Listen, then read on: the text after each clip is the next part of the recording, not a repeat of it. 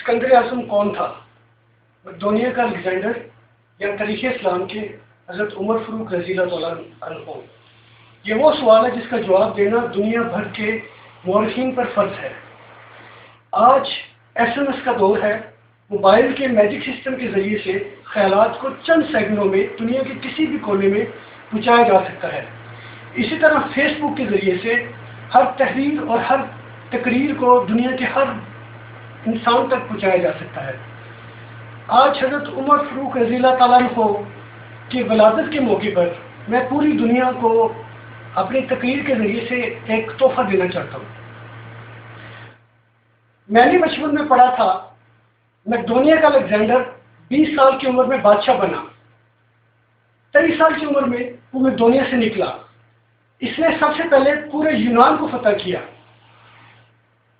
پھر وہ ترکی میں آیا، پھر اس نے ایران کے دارا کو شکست دی، پھر وہ شام میں داخل ہوا، پھر اس نے یروشلم اور بابل کا رخ کیا، پھر وہ مصر میں آیا، پھر اس نے ہندوستان کا رخ کیا۔ ہندوستان میں اس نے پورے سے جنگ لڑی اور اپنے دل جان گھوڑے کے نام پر گولیا شہر آباد کیا۔ مکران سے واپسی کا سفر شروع کیا۔ راستے میں ٹائیفائڈ کے بخار میں مبتلا ہوا اور 33 سال کی عمر میں انتقال کر دیا۔ آج تک دنیا کو یہ بتایا گیا کہ وہ دنیا کی تاریخ کا سب سے بڑا فاتح بادشاہ اور جرنیل تھا۔ اس کی قابلیت، فتوحات اور کارناموں کو دیکھتے ہوئے تاریخ نے اس کو الیگزینڈر دی گریٹ کا نام دیا اور ہم نے اسے سکندر اعظم یعنی بادشاہوں کا بادشاہ بنا دیا۔ لیکن آج 21ویں صدی کے 11ویں سال کے 5ویں مہینے کی 29 تاریخ کو میں پوری دنیا کے سامنے یہ سوال رکھتا ہوں کہ حضرت عمر فاروق رضی اللہ تعالیٰ عنہ کے ہوتے ہوئے الیگزینڈر کو سکندر اعظم کہلانے کا حق حاصل ہے؟ میں پوری دنیا کے مورخین کو حضرت عمر فاروق رضی اللہ تعالیٰ عنہ اور الیگزینڈر کے فتوحات اور کارناموں کے موازنے کی دعوت دیتا ہوں۔ آپ بھی سوچئے، الیگزینڈر بادشاہ کا بیٹا تھا۔ دنیا کے بہترین لوگوں نے اس کو گھوڑ سواری سکھائی، ارسطو جیسے استادوں کی اس کو صحبت ملی، اور جب وہ 20 سال کا ہوا تو اس کو تخت و تاج پیش کر دیا گیا، جبکہ اس کے مقابلے میں حضرت عمر فاروق رضی اللہ تعالیٰ عنہ کی 7 پشتوں میں کوئی بادشاہ نہیں گزرا تھا۔ آپ اونٹ اور بھیڑ بکریاں چراتے چراتے بڑے ہوئے۔ آپ نے تیر اندازی اور تلوار بازی بھی کسی اکیڈمی سے نہیں سیکھی تھی۔ الیگزینڈر نے 10 سالوں میں اپنی آرگنائزڈ آرمی کے ذریعے 17 لاکھ مربع میل کا علاقہ فتح کیا، جبکہ اس کے مقابلے میں حضرت عمر فاروق رضی اللہ تعالیٰ عنہ نے بغیر کسی آرمی کے، آرگنائزڈ آرمی کے بغیر 22 لاکھ مربع میل کا علاقہ فتح کیا، اور اس میں روم اور ایران جیسی 2 سپر پاور بھی شامل تھیں، جو کہ آج کے سیٹلائٹ میزائل اور آبدوزوں کے دور میں اتنی بڑی سلطنت کسی حکمران کے پاس موجود نہیں، جو کہ حضرت عمر فاروق رضی اللہ تعالیٰ نے نہ صرف گھوڑوں کی پیٹھ پر بیٹھ کر فتح کی تھی بلکہ اس کا نظام اور اسلام بھی چلایا تھا۔ الیگزینڈر نے اپنے فتوحات کے دوران اپنے بے شمار جرنیل قتل کروائے، بے شمار جوانوں اور جرنیلوں نے اس کے خلاف بغاوتیں کی۔ ہندوستان میں اس کی فوج نے آگے بڑھنے سے انکار کر دیا، لیکن حضرت عمر فاروق رضی اللہ تعالیٰ عنہ کہ کسی ساتھی کو ان کے حکم کی سرتابی کرنے کی ضرورت نہیں ہوئی۔ آپ ایسے کمانڈر تھے کہ عین میدان جنگ میں تاریخ اسلام کے سب سے بڑے سپہ سالار حضرت خالد بن ولید کو معزول کر دیا، اور آپ کے حکم کی عدولی کرنے کی کسی کو ضرورت نہیں ہوئی۔ آپ نے سعد بن ابی وقاص کو گورنر سے ہٹا دیا، حارث بن عاص کا مال ضبط کر لیا، خمیس کے گورنر کو گورنر سے ہٹا کر اونٹ چارنے پہ لگا دیا، اور آپ کے کسی ساتھی کو آپ کے حکم کی عدولی کرنے کی ضرورت نہیں ہوئی۔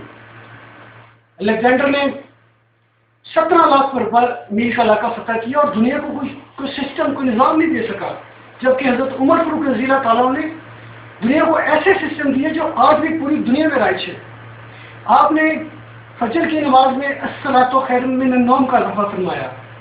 آپ کے عہد میں نماز تراویح کا باقاعدہ سلسلہ شروع ہوا. آپ نے شراب نوشی کی سزائیں مقرر کی. آپ سنہ ہجری کا اجرا، جیل کا تصور دیا، پولیس کا نظام بنایا، موزروں کی تنہائی مقرر کی، مسجدوں میں روشنی کا انتظام فرمایا. ایک مکمل عدالتی نظام کی بنیاد رکھی. دنیا میں پہلی بار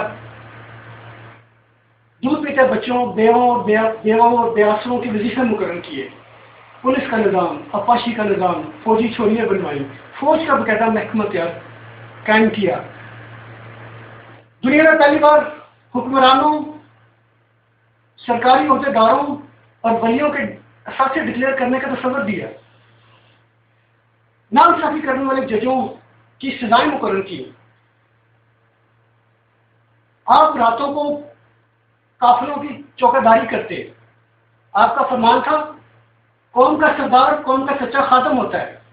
آپ کی مہر پر لکھا تھا عمر نصیب کے لیے موت کافی ہے. آپ کے دسترخوان پر کبھی دو کھانے نہیں رکھے گئے.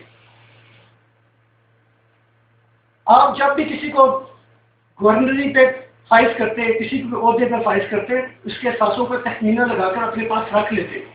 اور اگر سرکاری عہدے کے دوران اس کے اثاثوں میں اضافہ ہوتا تو اس کی اکاؤنٹیبلٹی کرتے. آپ موٹا کھدر پہنتے، بریک اور نرم کپڑے سے آپ کو نفرت تھی. آپ کے کرتے پر 14 پابند لگے ہوئے تھے اور ایک سرخ رنگ کا پابند تھا. آپ کا فرمان تھا اب جس کو بھی آپ گورنری پہ فائز کرتے اس کو نصیحت فرماتے. کبھی ترکی گھوڑے پر نہ بیٹھنا، کبھی دربان نہ رکھنا، چھنا ہوا آٹا نہ کھانا، کسی فریادی پر اپنا دروازہ بند نہ کرنا. آپ اسلامی تاریخ کے پہلے خلیفہ تھے جسے امیر المومنین کا خطاب دیا گیا. دنیا کے ہر مذہب کی کوئی نہ کوئی خاصیت ہوتی ہے، کوئی نہ کوئی خوبی ہوتی ہے. اسلام کی سب سے بڑی خاصیت عدل ہے، اور حضرت عمر فاروق رضی اللہ تعالیٰ عنہ اس خصوصیت پر پورے اترتے ہوئے نظر آئے نہیں، بلکہ وہ پوری طرح نظر اپنے آپ کو انہوں نے اس پر ڈھالا ہوا تھا. آپ کا یہ فرمان آج بھی چارٹر کی حیثیت رکھتا ہے کہ مائیں بچوں کو آزاد پیدا کرتی ہیں، تم نے کب سے ان کو غلام بنا لیا. آپ کے عدل اور عدل فروخی، آپ کا عدل، آپ کے عدل کرنے کی وجہ سے عدل فروخی ہو گیا. آپ کا فرمان تھا کہ میرے دور حکومت میں اگر کوئی فرات کے کنارے کوئی کتا بھی بھوکا مر گیا تو اس کا بھی حساب عمر کو دینا پڑے گا. وفات کے وقت آپ مقروض تھے، آپ کا واحد گھر بیچ کر آپ کا قرضہ اتارا گیا. آپ کی وفات کے وقت دور جنگل سے، آپ کی سلطنت کے ایک علاقے دور جنگل سے چرواہا دوڑتا ہوا آیا اور چلا کر بولا کیا حضرت عمر فاروق رضی اللہ تعالیٰ کا انتقال ہو گیا؟ لوگوں نے حیران ہو کے پوچھا تم مدینے سے دور جنگل میں اتنی دور رہتے، تمہیں اس سانے کا کس طرح علم ہوا؟ وہ چیخ کر بولا میری بکریاں جنگل میں آزاد چرتی تھی، کسی درندے کی ضرورت نہیں ہوتی تھی کہ ان کی طرف کوئی نظر اٹھا کر دیکھے. آج پہلی بار بیریا میرے بھیڑ کے بچے کو اٹھا کے لے گیا، اور اس کی ضرورت کو دیکھتے ہوئے میں نے یہ اندازہ لگایا کہ آج حضرت عمر فاروق رضی اللہ تعالیٰ کو دنیا میں موجود نہیں. الیگزینڈر کو آپ حضرت عمر فاروق رضی اللہ تعالیٰ کے سامنے واقع دیکھیے. الیگزینڈر آپ کو حضرت عمر فاروق رضی اللہ تعالیٰ کے سامنے پہاڑ کے سامنے کنکر دکھائی دے گا، کیونکہ اس کی حکومت اس کی وفات کے 5 سال بعد ختم ہو گئی. لیکن حضرت عمر فاروق رضی اللہ تعالیٰ نے اپنے دورے خلافت میں جس جگہ میں بھی اسلام کا جھنڈا، جس خطے میں بھی اسلام کا جھنڈا بجوایا، وہاں آج بھی اللہ اکبر کے نعروں کی آواز آ رہی ہے. وہاں لوگ آج بھی حضرت عمر فاروق رضی اللہ تعالیٰ عنہ کے اللہ کے حضور سجدہ کرتے ہیں. الیگزینڈر کی برائی حکومت اور الیگزینڈر کا نام صرف کتابوں میں محدود رہ گیا، لیکن حضرت عمر فاروق رضی اللہ تعالیٰ نے دنیا کو ایسے سسٹم دیے جو کہ آج بھی کسی نہ کسی شکل میں دنیا کے 245 ممالک میں کسی نہ کسی شکل میں رائج ہیں. آج بھی جب کسی ڈاکخانے سے خط نکلتا ہے، آج بھی جب کوئی سپاہی وردی پہنتا ہے، آج بھی جب کوئی فوجی جوان 6 مہینے بعد چھٹی جاتا ہے، یا حکومت کسی بچے کو بیوہ بے آسرا کو وظیفہ دیتی ہے، تو وہ قوم، وہ معاشرہ بے اختیار حضرت عمر فاروق رضی اللہ تعالیٰ عنہ کو اب سب سے بڑا سکندر ماننے پہ مجبور ہی نہیں بلکہ ماننے پہ مجبور ہو جاتے ہیں وہ. لیکن معاشرے چند ان حکمرانوں کے جو کہ احساس کمتری کی وجہ سے کلمہ تک پڑھنے کے لیے بھی ادھر ادھر دیکھتے ہیں.